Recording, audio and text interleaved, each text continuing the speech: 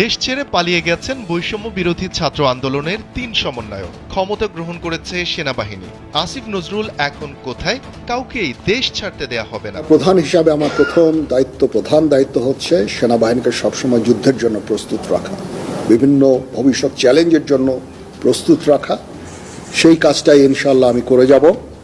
আজকে বসলাম এর জন্য, পরিস্থিতি যা পত্রপত্রিকায় দেখছি, মানুষের মধ্যে দেখছি, তো মনে অনেকগুলো প্রশ্ন জেগেছে। সংবাদ নিয়ে লাইভে আসলাম যে সেটি হচ্ছে যে পালানো কিন্তু শুরু হয়ে গিয়েছে, অলরেডি পালিয়ে যাচ্ছে। উপদেষ্টারা পালানো শুরু করছে, যার যার সেফ এক্সিট, বিভিন্ন জায়গায় কে কোথায় যাবে সেগুলো প্রক্রিয়া শুরু হয়ে গেছে এবং পালানো শুরু করে দিয়েছে। আজকে বাংলাদেশ টাইম বিকাল 4টায় ফ্লাইটে করে ব্যাংককে পালিয়েছেন উপদেষ্টা আসিফ মাহমুদ, উপদেষ্টা মাহফুজ, এবং তার সাথে ছিলেন মোয়াজ্জেম হোসেন এবং আব্দুল আহাদ নামে সমন্বয়ক বনাম বিএনপি, বৈষম্য বিরোধী বনাম বিএনপি, ডক্টর ইউনুস মোহাম্মদ বনাম বিএনপি। আমরা মোটামুটি এভাবেই আপাতত বলতে পারি, কারণ বিশ্ব পরিসরে গিয়ে গতকালকে ডক্টর মোহাম্মদ ইউনুস সাহেব যে বক্তব্য দিয়েছেন, এতে কিছুটা কি বলা হয় যে ধরেন বিএনপির জন্য সুসংবাদ বলবো নাকি পরবর্তী সময় এই দোষটা বিএনপির কাঁধেই পড়বে। যে রাজনীতির মাঠে বেশ খানিকটা চাপানুতোর চলবে এটা ধারণাই করা যাচ্ছিল, কিন্তু রীতিমতো বোমা ফাটানো হলো, এবং এই বোমার সবচেয়ে বড়টি ফাটিয়েছেন জনাব নাহিদ ইসলাম উপদেষ্টা। অন্য আরেকজন ছাত্র উপদেষ্টা জনাব সজীব ভুঁইয়াও কথা বলেছেন। আসসালামু আলাইকুম রহমতুল্লাহ, সবাই কেমন আছেন? আশা করি সবাই অনেক অনেক ভালো এবং সুস্থ আছেন। সবাইকে স্বাগতম জানাচ্ছি আমাদের আরেক নতুন ভিডিওতে। প্রতিদিনের মতো আমি আপনার সৈয়দ ফারুকী। দর্শক, আজকের ভিডিও টাইটেল এবং থাম্বনেল দেখে ইতিমধ্যে বুঝতে পেরেছেন কি বিষয়টা নিয়ে কথা বলবো। খুবই গুরুত্বপূর্ণ একটা বিষয় নিয়ে কথা বলার জন্য চলে আসলাম আপনাদের মাঝে। আপনারা জানেন ইতিমধ্যে দেশের যে রাজনীতি বা দেশের যে বর্তমানে চলমান পরিস্থিতি চলতেছে, তারই ধারাবাহিকতায় আজকের ভিডিওর অংশবিশেষ। আপনারা ইতিমধ্যে ভিডিওর শুরুতে বেশ কিছু অংশবিশেষ দেখেছেন, যে অংশবিশেষগুলো দেখে বুঝতে পেরেছেন আজকের ভিডিওটি কতটুকু গুরুত্বপূর্ণ হতে চলেছে। তাই সবাইকে আমি অনুরোধ করবো, সবাই এক মুহূর্ত না টেনে আজকের ভিডিওটি ধৈর্য সহকারে দেখে আপনার মতামত কমেন্টে জানাবেন। দর্শক, আর বেশি কথা বলাচ্ছি না, আমরা একটা ভিডিও ফুটেজের মাধ্যমে বিস্তারিত দেখে আসবো। তার আগে আপনাদের ছোট্ট একটি অনুরোধ জানিয়ে রাখতে চাই, যারা আমাদের এই চ্যানেলটিতে এখন নতুন আছেন, প্লিজ দয়া করে আমাদের চ্যানেল সাবস্ক্রাইব করে আমাদের চ্যানেলে একজন সদস্য হয়ে যান। ধন্যবাদ সবাইকে। আর বেশি কথা বলেছেন, আমরা একটা ভিডিও ফুটেজের মাধ্যমে একটু বিস্তারিত দেখে আসবো। দেশ ছেড়ে পালিয়ে গেছেন বৈষম্য বিরোধী ছাত্র আন্দোলনের ৩ সমন্বয়ক। ক্ষমতা গ্রহণ করেছে সেনাবাহিনী। আসিফ নজরুল এখন কোথায়? কাউকেই দেশ ছাড়তে দেয়া হবে না। শুক্রবার দিনগত রাতে এমন গুজবের সয়লাব ছিল সামাজিক যোগাযোগ মাধ্যম ফেসবুক। এ রাতে একাই ৩টি গুজব ছড়ান নিষিদ্ধ ঘোষিত ছাত্রলীগের সাবেক সাধারণ সম্পাদক সিদ্দিকী নাজমুল আলম। রাত 1:35 নিজের ভেরিফাইড ফেসবুক পোস্টে দেয়া এক স্ট্যাটাসে তিনি লিখেন, সব ভাগতাছে কেন? এর ঘণ্টাখানেক পরেই আরও একটি স্ট্যাটাস দেন ছাত্রলীগের সাবেক এই সাধারণ সম্পাদক, যেখানে তিনি দাবি করেন সার্জিস আলম ব্যাংকক, হাসনাত আবদুল্লাহ কুমিল্লায় এবং উপদেষ্টা আসিফ নজরুল দুবাই। অর্থাৎ তারা যে পালিয়ে গেছেন এমন ইঙ্গিত দিয়ে স্ট্যাটাসটি লেখা হয়। ইডেন বে কক্সবাজার সমুদ্র সৈকতের উপর নিজেদের একটি ঠিকানা। মাত্র 5 লাখ টাকায় আপনিও হয়ে যেতে পারেন এই হোটেলের মালিক। এর মাত্র 9 মিনিট পর আরও একটি স্ট্যাটাস দেন নিষিদ্ধ ঘোষিত ছাত্রলীগের সাবেক এই নেতা। এবার তিনি প্রশ্ন করেন, আইন, বিচার ও সংসদ বিষয়ক উপদেষ্টা ডক্টর আসিফ নজরুল কোথায়? এই প্রতিবেদন তৈরির সময় পর্যন্ত তার ওই স্ট্যাটাসে প্রতিক্রিয়া জানিয়েছেন 10,000-এর বেশি মানুষ। এদিকে ফেসবুকে এমন গুজব ছড়ানো এবং কোনো যাচাই বাছাই ছাড়াই সেগুলোকে শেয়ার করায় সমালোচনা ও হাস্যরসের শিকার হয়েছেন সিদ্দিকী নাজমুল আলম সহ আওয়ামী লীগ ও দলটির অঙ্গ সংগঠনের নেতারা। আন্তর্জাতিক বার্তা সংস্থা এএফপির বাংলাদেশের ফ্যাক্ট চেক এডিটর কদর উদ্দিন শিশির সিদ্দিকী নাজমুল আলমের পোস্ট শেয়ার করে লিখেন, ভোর রাতে ঘুম ভাঙার পর টের পেলাম ঢাকার রাস্তায় কোনো মানুষ নেই, সবাই পালিয়ে গেছে শহর ছেড়ে। আমিও সকালে ঢাকা ছাড়ব। এদিকে নাজমুল ভাইয়ের সাথে জামাতে তাহাজ্জুদ আদায় শেষে ভোর 6টায় ধানমন্ডিতে ফুল দিতে যাবে বড়াপা। বিষয়টি নিয়ে একটি স্ট্যাটাস দিয়েছেন সাংবাদিক শাহেদ আলমও। লিখেছেন, আপার লোকজনের নাকি রাতে ভালো ঘুম হয়নি, ঘটনা কি, কিছু কি মিস করলাম? আর এমডি মিনহাজুল ইসলাম নামের একজন সাধারণ ফেসবুক ব্যবহারকারী লিখেছেন, শেষ পর্যন্ত গুজবের ওপর থেকেও বিশ্বাস উঠে গেছে আমাদের। শফিকুল ইসলাম শান্ত, কালবেলা।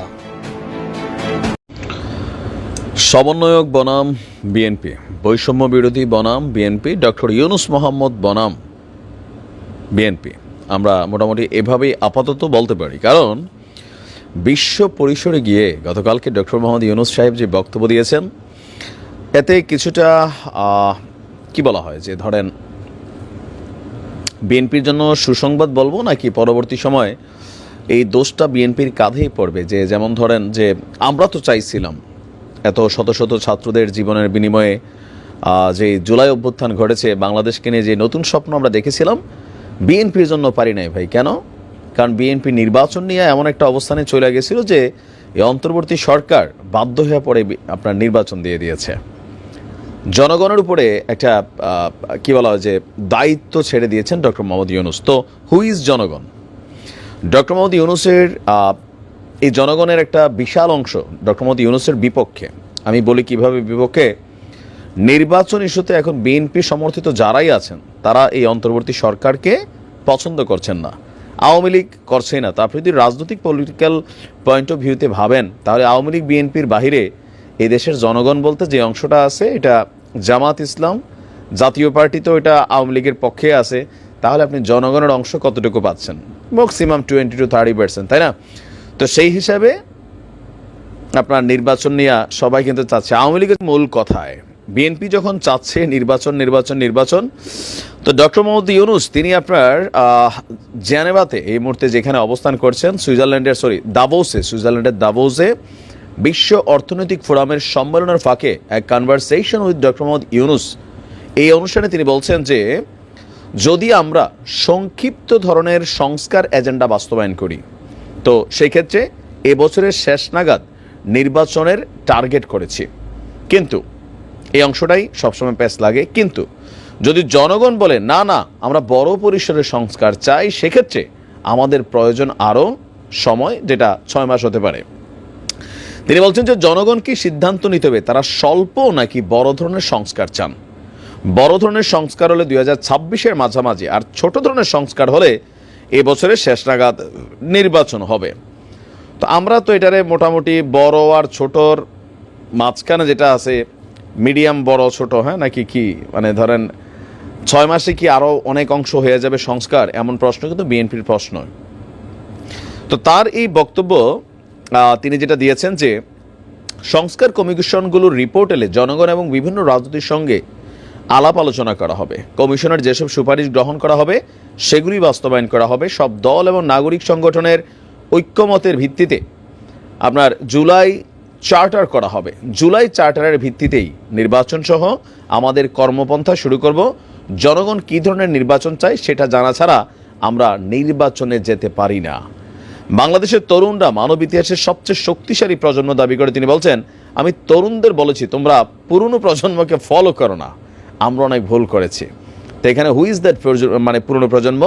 রাজনীতির দিক থেকে আওয়ামী লীগ এবং বিএনপি। তো ভোটারের বয়সটাও তিনি আপনার 16 হওয়া উচিত তিনি মনে করছেন, আর 16তে ম্যাচিউরিটি নাকি চলে আসে, তিনি বলছেন যে 16তে হবে। এখন 16তে করলে বৈষম্য বিরোধী ছাত্র আন্দোলন যদি কোনো রাজনৈতিক দল করে, যদি না এখন তারা করবে, ফেব্রুয়ারিতে মাঠে নামতে যাচ্ছে, 21-এ এমপি হওয়ার সুযোগ দেওয়া হয়েছে। সো সেই ক্ষেত্রে একটা বড় ধরনের ভোট ব্যাংক বৈষম্য বিরোধীদের জন্য তৈরি হবে। আবার বিপরীতে এটার একটা অ্যাডভান্টেজ বিএনপি বা জামাত ইসলাম সহ যারা আছেন তারাও পাবেন। এখন মোট কথা হচ্ছে ডক্টর ইউনুসের এই সিদ্ধান্তটা বোঝাই যায় যে অনেকটা ক্ষোভের উপরে। কেননা তিনি ক্ষমতায় বসার পরে বলছিলেন যে 53 বছরের ইতিহাসে একটা নতুন সুযোগ আসছে, এই সুযোগ যদি মিস হয়ে যায়, হাতছাড়া হয়ে যায়, তাহলে বাংলাদেশকে আর কখনোই সংস্কার করা সম্ভব হবে না। কারণ ডক্টর ইউনুস যে পরিমাণ জনসমর্থন পেয়েছিলেন একদম বিগিনিং লেভেলে, সেইটা আস্তে আস্তে কিন্তু হারাই যাচ্ছে। ইউনুস সাহেবের হারানোর মেইন রিজন হচ্ছে আপনার এই মুহূর্তে সরকারের পলিসিগত অনেক জায়গাতে অনেক ঝামেলা আছে, দ্রব্যমূল্যের দাম বাড়ছে, ভ্যাট ট্যাক্সের ইস্যু চলে আসছে, অনেক কলকারখানা বন্ধ হয়ে গেছে, আইনশৃঙ্খলা বাহিনীর চরম অবনতি আছে বিভিন্ন জায়গায়। আবার যেই শক্তিটা একত্রিত করেছিল সারা বাংলাদেশকে আওয়ামী লীগের বিপরীতে, সেই শক্তিটা নিজেরাই একে অন্যকে মারে, একে অন্যের বিরুদ্ধে মামলার অবস্থান নিচ্ছে, তারপর হচ্ছে কমিটি নিয়ে দৌড়াদৌড়ি হচ্ছে, আবার মানে নানান ধরনের মোটামুটি আমরা দেখছি যে সর্বঙ্গে একটা ব্যথা টাইপের অবস্থান তৈরি হয়ে গেছে। তো ডক্টর মোহাম্মদ ইউনূসের এই সিদ্ধান্ত নেটিজেনরা ভাবছেন যে তিনি আসলে ক্ষোভে, রাগে, যদিও তিনি খুব বেশি কথা বলেন না, কারণ তাকে নিয়ে যে যত সমালোচনা করুক তিনি অনেকটা নীরব থাকেন। তো তার এই সিদ্ধান্তটা আসলে তার মন খুশি হওয়া যে সিদ্ধান্ত, যে না আমারে বসাইছিল জনগণ, তো আমি মন মতো বাংলাদেশের আগায় নিতে পারছি বা সংস্কার করছি যেন আগামী প্রজন্ম আমাকে মনে রাখে।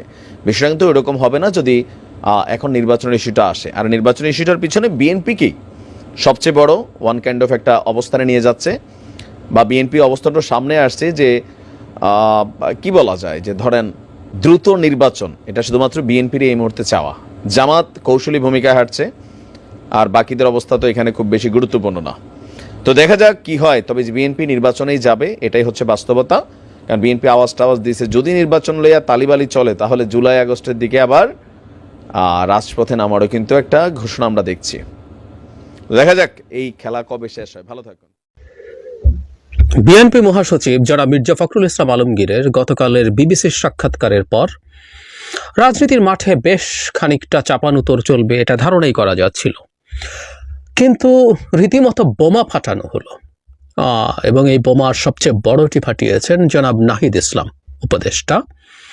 অন্য আরেকজন ছাত্র উপদেষ্টা জনাব সজীব ভুঁইয়াও কথা বলেছেন, ছাত্রদের অন্যান্য সংগঠনগুলো যারা আছে তাদের দিক থেকেও কথা বলা হয়েছে, এবং আমি খুব স্পষ্টভাবে দেখতে পাচ্ছি জনাব মির্জা ফখরুল ইসলাম আলমগীরের বক্তব্যকে ঘিরে সংঘাত তীব্র হয়ে ওঠার আশঙ্কা দেখা যাচ্ছে।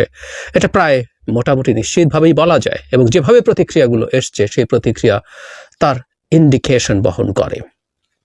প্রধান আলোচনার মানুষ হচ্ছেন আজ জনাব নাহিদ ইসলাম। না, তার পুরো স্টেটাস আপনারা অনেকেই দেখেছেন, দেশের মিডিয়াগুলো সেটা পাবলিশ করেছে, এটা করারই কথা। সেটা নিয়ে আমি একটু প্রতিটা বাক্য পড়ে সেটা নিয়ে আমার বক্তব্য বলার চেষ্টা করব। তার আগে ছাত্ররা অন্যরা কে কি বলছেন, এবং খুব মজার ব্যাপার, আজকে দ্য ওয়ে ওনারা সবাই প্রতিক্রিয়া দেখিয়েছেন, সেটা আদতে জনাব মির্জা ফখরুল ইসলাম আলমগীরের হাইপোথিসিসকেই প্রমাণ করে। তার আগে একটা ছোট্ট অফ টপিক, সেটা হচ্ছে জামায়াত আমির ডাক্তার শফিক, ওনার একটা বক্তব্য একই রকম, যে ছাত্ররা যদি ওখানে থেকে দল গঠিত হয় সেটা তাদের সরকারের নিরপেক্ষতাকে প্রশ্নবিদ্ধ করবে, এই আলাপও করেছিলেন, কিন্তু তখন তার বিরুদ্ধে আবার এইভাবে প্রতিক্রিয়া দেখানো হয়নি যেটা এখন দেখানো হচ্ছে। যাই হোক, আমি ছাত্ররা কে কি বলছেন কয়েকটা কথা একটু পড়তে চাই। ছাত্র দুটো সংগঠন বৈষম্য বিরোধী ছাত্র আন্দোলনের সবচেয়ে সিগনিফিক্যান্ট দুজন, জনাব সার্জিস আলম ইনফ্যাক্ট জনাব নাহিদের স্ট্যাটাসটা শেয়ার করেছেন। এরপর আবার কিছুক্ষণ পর লিখছেন, নাহিদ ইসলামের আজকের পোস্টটা দিনে 3 বার করে আগামী 7 দিন পড়বেন। উনি প্রেসক্রাইব করেছেন আমাদেরকে, সবার প্রতি এই আহ্বান জানিয়েছেন। আমি অবশ্য নাহিদ ইসলামের পোস্টটা কয়েকবার পড়েছি, 3 বার তো পড়া হয়েছে, 7 দিন পড়বো কিনা জানি না। জনাব নাসির উদ্দিন পাটোয়ারি, জাতীয় নাগরিক কমিটির আহ্বায়ক, উনি বলছেন, গণ অভ্যুত্থানের অঙ্গীকার ছিল ফ্যাসিবাদী শাসন ব্যবস্থা সম্পূর্ণ বিলোপ ও একটি গণতান্ত্রিক অংশগ্রহণমূলক রাজনৈতিক বন্দোবস্ত প্রতিষ্ঠা। 3 তারিখের লাখো জনতার সামনে নাহিদ ইসলাম সাহসিকতার সঙ্গে এই ঘোষণা প্রদান করেন। এখন বাস্তবে রূপ দেওয়ার সময় এসছে, গণপরিষদ নির্বাচন ইত্যাদি ইত্যাদি। পরে বলছেন, জনগণের এই ঐতিহাসিক লড়াইয়ে কোনো রাজনৈতিক দল বা গোষ্ঠীর বাধা প্রদান মেনে নেওয়া হবে না। অবশ্যই জনগণই সকল ক্ষমতার উৎস, এবং এই অভ্যুত্থানের মাধ্যমে সেই সত্য প্রতিষ্ঠিত। জনাব পাটোয়ারি তিনি অবশ্য সাম্প্রতিক সময়ে জিয়াবাদ মুজিববাদের সাথে মিলিয়ে বিতর্কে এসছেন, সেটা নিয়েও অনেকে কথা বলছেন। উনি মওদুদিবাদ বাদ দিয়েছেন অবশ্য। জনাব হাসনাত আবদুল্লাহ কি বলছেন সেটা নিয়ে একটু কথা বলতে চাই। তিনিও জনাব নাহিদ ইসলামের পোস্টটা শেয়ার করেছেন, তারপরে লিখছেন, যারা আগে আন্দোলনের ডাক দিয়ে মাঠ থেকে সরে যেত তারাই এখন আঁতাতের রাজনীতি, ভারত নির্ভর কূটনীতির মাধ্যমে আওয়ামী লীগের পুনর্বাসন চাচ্ছে। দীর্ঘ 1.5 যুগেরও বেশি সময় কার সাথে কে ব্যবসা করেছে আর গ্রেফতারের পর কে কার জন্য তদবির করছে এই খবর আমাদের কাছে আছে। এটা মোটা দাগে বিএনপিকে ইন্ডিকেট করে বলা হচ্ছে আমরা বুঝতে পারি। কেউ বলবেন যে বিএনপি গায়ে নেবে কেন না, যাই হোক আমরা অত ধানাই পানাই না করে সহজ কথাই বলি, বিএনপিকে উদ্দেশ্য করেও বলছেন। এবং লাস্টে যে কার কে কি করছে না করছে, আসলে খবর অনেকেরই, অনেক খবর অনেকের কাছে আছে। এই ধরনের চ্যালেঞ্জ, এই ধরনের হুমকি, সেগুলো আসলে আমার কাছে মনে হয় ভালো কিছু না। খবর বেরোতে শুরু করলে অনেক দিকের খবর বেরোবে ফর শিওর। এবার আসছে সবচেয়ে গুরুত্বপূর্ণ দুজন, কারণ এই দুজন সরকারের, এবং এর মধ্যে জনাব নাহিদ ইসলাম তার স্টেটাসটাই সবাই শেয়ার করছেন এবং এটা অত্যন্ত ডিটেইলড একটা বক্তব্য, সেই বক্তব্য নিয়ে কথা বলবো। তার আগে আরেকজন উপদেষ্টা আসিফ মাহমুদ, উনি বলছেন সরকারে থেকে রাজনৈতিক দলের সাথে কোনো প্রকার সংশ্লিষ্টতার বিরুদ্ধে আমরাও। উপদেষ্টারা কেউ রাজনীতি করলে সরকার থেকে বের হয়েই করবে। একই সাথে রাজনৈতিক দলেরও সরকারের কাজে হস্তক্ষেপ করা অনুচিত। বিভিন্ন সরকারি সাংবিধানিক গুরুত্বপূর্ণ পদে নিয়োগে তদবির চাপ প্রয়োগ করা অনুচিত, জনাব আসিফ মাহমুদ বলছেন। এবং একই ইঙ্গিত জনাব নাহিদের বক্তব্যতেও আছে। ইনফ্যাক্ট এগুলো নিয়ে কথা বলতে থাকলে তদবিরের প্রশ্নে, নিয়োগের প্রশ্নে এন্তার কথা বেরোবে। যাই হোক, তারা সেটাকে ইন্ডিকেট করছেন এবং আমি জনাব নাহিদের বক্তব্যের পর এই ব্যাপারে খুব ডিটেইলড কথা বলতে চাই। এবার নাহিদের বক্তব্য এবং জনাব নাহিদ সম্পর্কে একটা ইন্ট্রো দিয়ে দেয়া ভালো। আমি বহুবারই তার কথা বলেছি আমার ভিডিওতে, আমি সরাসরি কথা বলতে পছন্দ করি। তার প্রতি কেউ বলতে পারেন আমার বায়াস আছে, কিন্তু আমি আসলে এই মুভমেন্টের পোস্টার বয় মনে করি তাকে। আমাদের মেইন ফেস, আমাদের 24 সালের প্রধান ফেস জনাব নাহিদ, এবং ভবিষ্যতে তার পলিটিক্যাল ভবিষ্যৎ কি আছে আমি জানি না, তার উজ্জ্বল রাজনৈতিক ভবিষ্যৎ আমি কামনা করি, কিন্তু নাও যদি হয় এই 24-এর এই ইতিহাস মিথ্যে হয়ে যাবে না। এবং উপদেষ্টা হওয়ার পরও উনি রিলেটিভলি তার বয়সের তুলনায় খুবই ম্যাচিউরিটির পরিচয় দিয়েছিলেন। ইট ওয়াজ এক্সেলেন্ট। আমি ব্যক্তিগতভাবে খুবই পছন্দ করি। কিন্তু আজ মানে গতকাল উনি যে স্ট্যাটাস দিয়েছেন আমার কাছে ভীষণ ইম্যাচিওর মনে হয়েছে এবং উনি একটা ডিজাস্টার করেছেন, আমি এভাবেই বলতে পারি। এবং উনি এসব স্ট্যাটাস দেওয়ার মাধ্যমে এবং বাকিরা সবাই যেভাবে প্রতিক্রিয়া দেখিয়েছেন, ওই যে বলছি জনাব মির্জা ফখরুল ইসলাম আলমগীরের হাইপোথেসিসকে প্রমাণ করছেন। তারও আগে একটা কথা, বিএনপি মহাসচিবের এই ধরনের একটা বক্তব্য আমি তো মনে করি কিভাবে প্রতিক্রিয়া দেখানো হবে সেটা পুরো সরকার এবং ক্যাবিনেট বসে সিদ্ধান্ত নেওয়া দরকার ছিল। ডক্টর ইউনূস সুইজারল্যান্ডে আছেন, তিনি ওয়ার্ল্ড ইকোনমিক ফোরামে গেছেন, এখনো দেশে ফেরেননি। তার আগেই তারা দুজন উপদেষ্টা এভাবে স্ট্যাটাস কেন দিয়ে দিলেন, আমরা এই প্রশ্ন করতে পারি। ওনারা সরকারে আছেন, এটা তাদের বুঝতে হবে। প্রায় একটা কথা বলি, বয়স কম তাই ভুল করতে পারেন। রাষ্ট্রের সরকারের চেয়ারে বসে এই কথাগুলো বলা যায় না, উপদেষ্টা চেয়ারে বসে এই কথাগুলো বলা যায় না, কোনোভাবেই যায় না। তারা নেমেছেন, দেশের ক্ষমতার জায়গায় আছেন, ভবিষ্যতে আর অনেক কিছু হতে পারে, সুতরাং এগুলো মানা যাবে না। আমি তো মনে করি ফুল ক্যাবিনেট বসে সিদ্ধান্ত নিয়ে 2-3 দিন 4 দিন পর এটার আনুষ্ঠানিক প্রতিক্রিয়া তারা জানাতে পারতেন, এমনকি সেটা যদি তারাও জানাতেন। কিন্তু সবচেয়ে ভালো হতো এটা সরকারের জানালে। কিন্তু আমি যদি এখন পাল্টা প্রশ্ন করি, ডক্টর ইউনূস যদি কনভিন্সড হন নির্বাচনের আগে রাজনৈতিক দলে এই 3 ছাত্র উপদেষ্টা যাক বা না যাক তাদের পদত্যাগ করতে হবে, তারা কি সেটা রেজিস্ট করবেন? তারা কি সেটা কঠোরভাবে ঠেকানোর চেষ্টা করতে রাস্তায় নামবেন? আমি জানি না। এই সিদ্ধান্ত তো ক্যাবিনেট কম্বাইন্ডলি নিতে পারে, ডক্টর ইউনূস ব্যক্তিগতভাবেও নিতে পারেন। যাই হোক, এটা second most disastrous status by any student adviser. প্রথমটা নিশ্চয়ই মাহফুজ আলমের ভারতের ভূমি দখল করে তিনি যে বৃহত্তর বাংলার কথা বলেছিলেন সেটা, এটা সেকেন্ড ওয়ান। আমি পড়ছি, প্রতিটা বাক্যই পড়তে চাই, প্রায় বলি যে এটা একটা রেকর্ড থাকুক, ভবিষ্যতে কখনো কেউ দেখতে চাইলে যাতে সামনে সহজে রেডিমেড পান। আমি পড়ছি, বিএনপি মহাসচিবের নিরপেক্ষ সরকারের দাবি মূলত আরেকটা 1-11 সরকার গঠনের ইঙ্গিত বহন করে। 1-11 বন্দোবস্ত থেকে আওয়ামী ফ্যাসিবাদের উত্থান হয়েছিল। বিএনপি মহাসচিবের বক্তব্যের সামনে আরেকটা 1-11 সরকার, সংসদীয় সংখ্যাগরিষ্ঠতা ও নতজানু পররাষ্ট্রনীতির ধারাবাহিকতা এবং গুম খুন ও জুলাই হত্যাকাণ্ডের বিচার না হওয়ার আলামত রয়েছে। অনেকগুলো অভিযোগ, আসবো সেই জায়গায়। 1-11 মানে আরেকটা 1-11 ঘটাতে চায় বিএনপি। আসছি, ছাত্র গণঅভ্যুত্থানের নেতৃত্বকে মাইনাস করার পরিকল্পনা 5 আগস্ট থেকেই শুরু হয়েছে। 5 আগস্ট যখন ছাত্র জনতা রাজপথে লড়াই করছে, পুলিশের গুলি অব্যাহত রয়েছে, তখন আমাদের আপোষকামী অনেক জাতীয় নেতৃবৃন্দ ক্যান্টনমেন্টের জনগণকে বাদ দিয়ে নতুন সরকার করার পরিকল্পনায় ব্যস্ত ছিলেন। অনেকে ছাত্রদের কথাও বলেছেন সেখানে। আমরা 3 আগস্ট থেকে বলে এসেছি আমরা কোনো প্রকার সেনা শাসন বা জরুরি অবস্থা মেনে নেব না। ওই সময়গুলো নাহিদ সত্যিকার অর্থে জাতির আলোকবর্তিকা হয়ে দাঁড়িয়েছিলেন। আমাদের বারবার ক্যান্টনমেন্টে যেতে বলা হলো, আমরা যেতে অস্বীকার করি। শেষ পর্যন্ত বঙ্গভবনে আলোচনা ও বার্গেনিং এর মাধ্যমে ডক্টর ইউনূসকে প্রধান করে অন্তর্বর্তীকালীন সরকারের সিদ্ধান্ত হয়।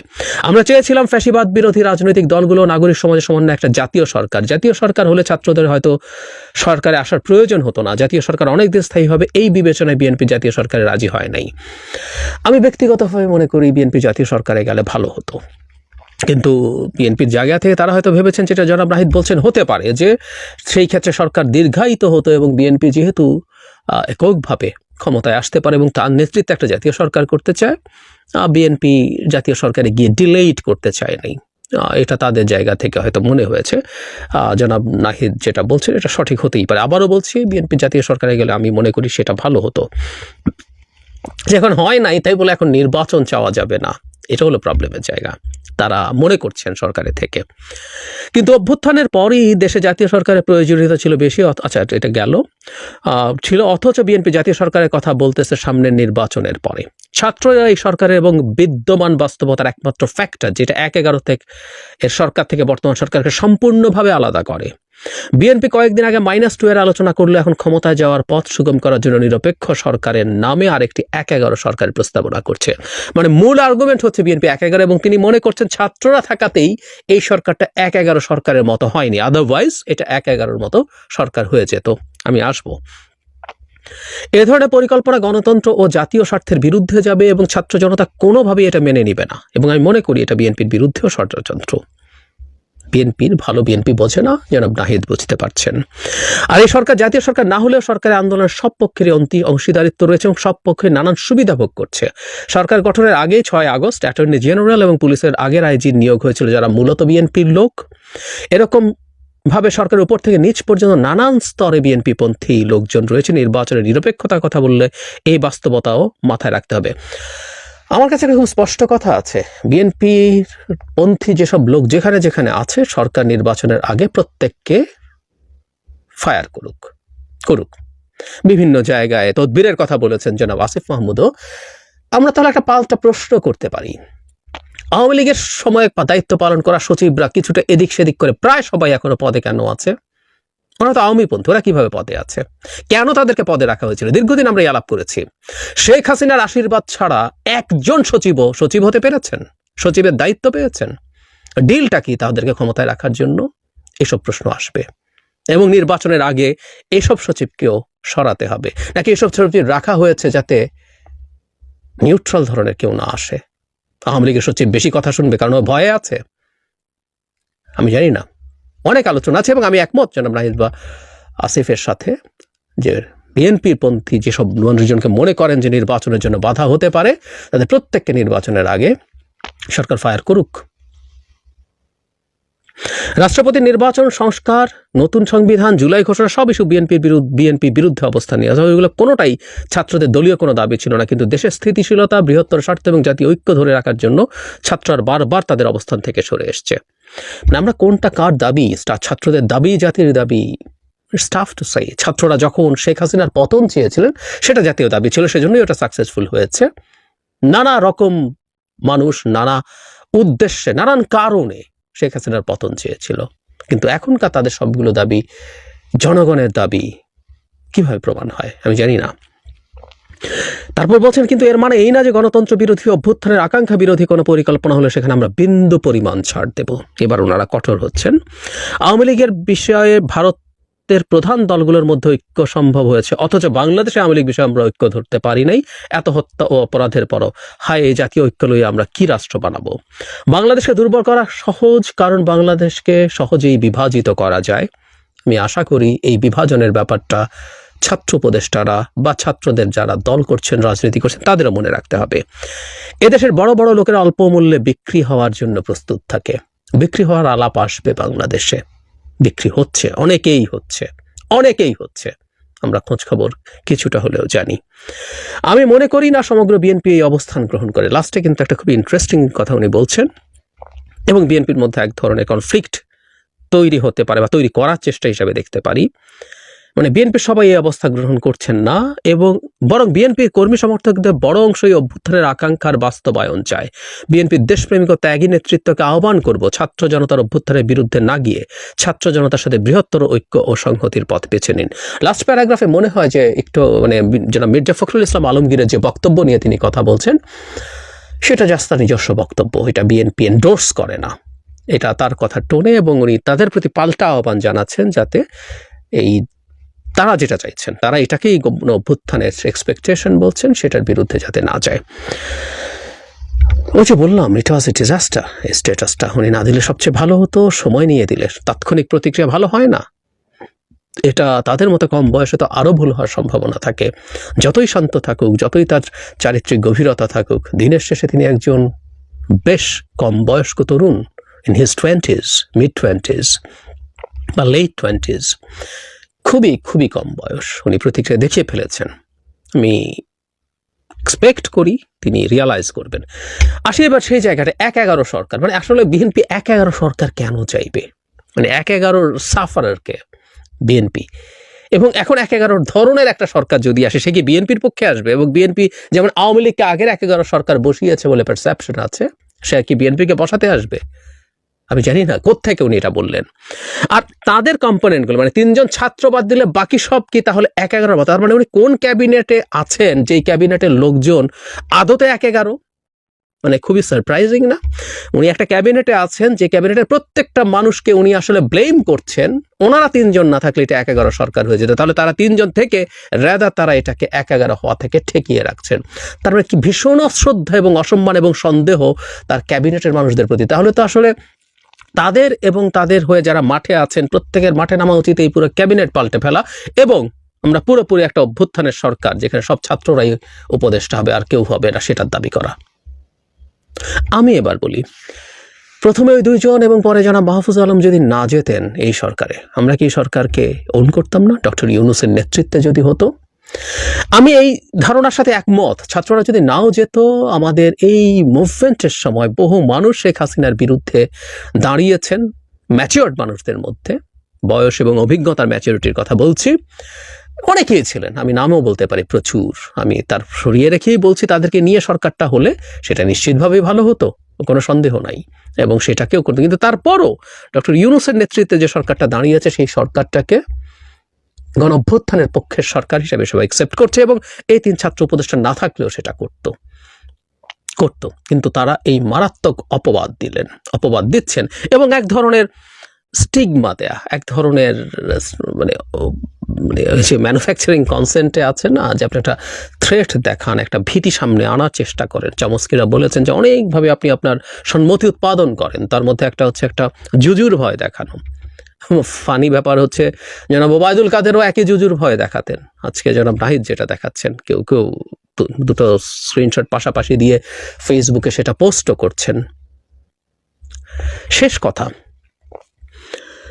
আমি জনাব আসিফ যেটা বলছেন সেটা হলো উনি ক্ষমতায় থেকে রাজনীতি করবেন না, রাজনীতি করলে উনি ওখান থেকে নেমে আসবেন, কিন্তু অভিযোগটা ভিন্ন। আই রিপিট, এই পারসেপশন আছে। আজকে এটা আরো প্রমাণিত হলো যেহেতু বৈষম্য বিরোধী ছাত্র আন্দোলন এবং জাতীয় নাগরিক কমিটি তাদের গুরুত্বপূর্ণ নেতারা এটাকে স্ট্যাটাসটাকে শেয়ার করছেন, তার মানে ছাত্রদের সাথে উপদেষ্টাদের যোগাযোগ আছে, তারা রাজনৈতিক দলে যাচ্ছেন কি যাচ্ছেন, এবং এটা আরো পারসেপশন আছে, ইনফরমেশনও আছে, কারণ এই একটা দলের যখন কর্মযজ্ঞ চলতে থাকে তার কিছু তথ্য তো লিকড হয়, যে ছাত্র উপদেষ্টারা দল গঠনের সাথে জড়িত আছেন, সাহায্য করছেন, এটা একটু ভেরিফাইড হতে হবে, কিন্তু এই ধরনের আলাপ বা এই ধরনের ধারণা আছে।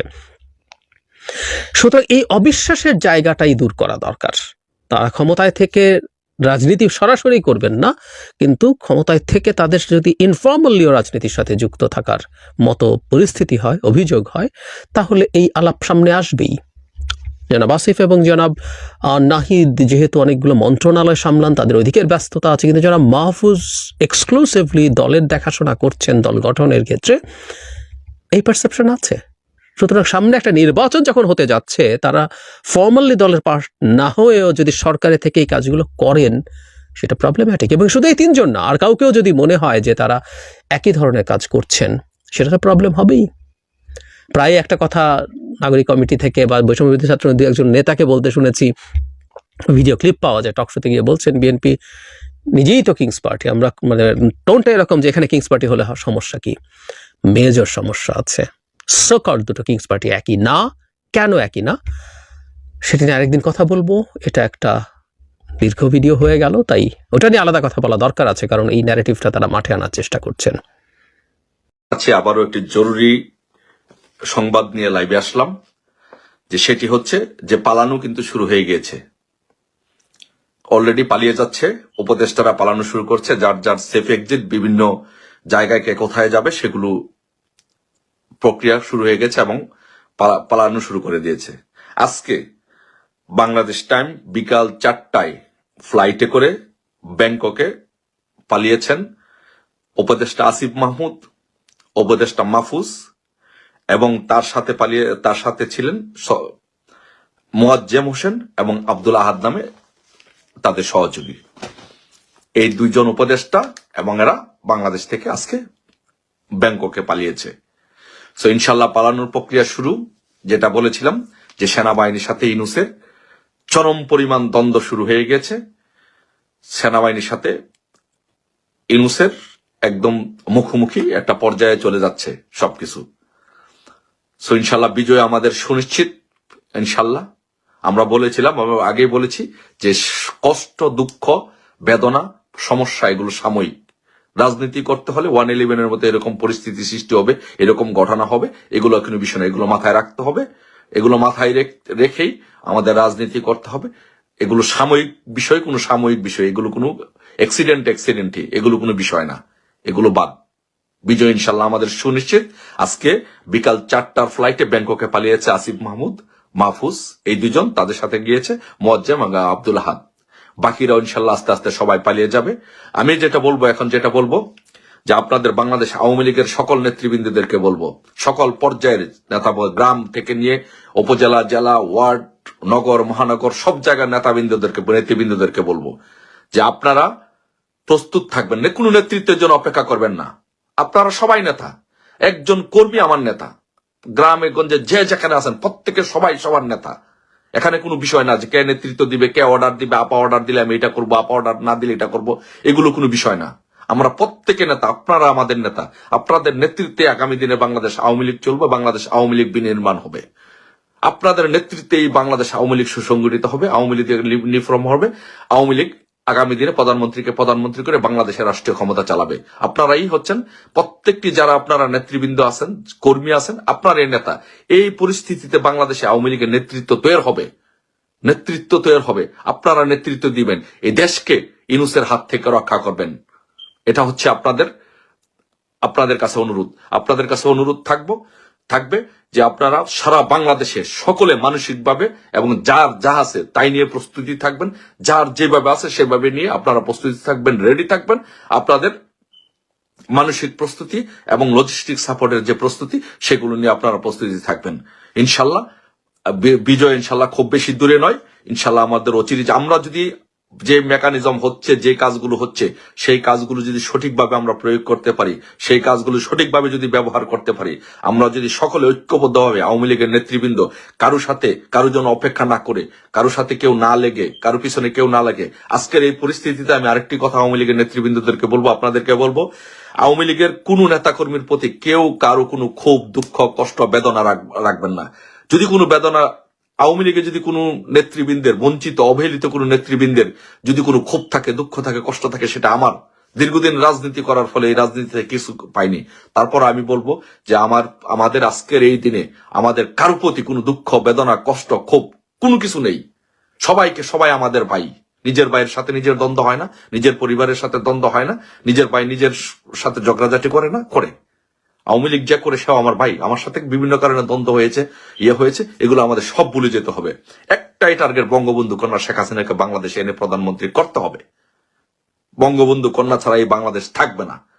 যদি বঙ্গবন্ধু কন্যা না থাকে, আপনারা কেউ থাকবেন না, আপনাদের কারো পিঠে চামড়া থাকবে না। তাই বঙ্গবন্ধু কন্যার জন্য জয় বাংলা, জয় বঙ্গবন্ধু।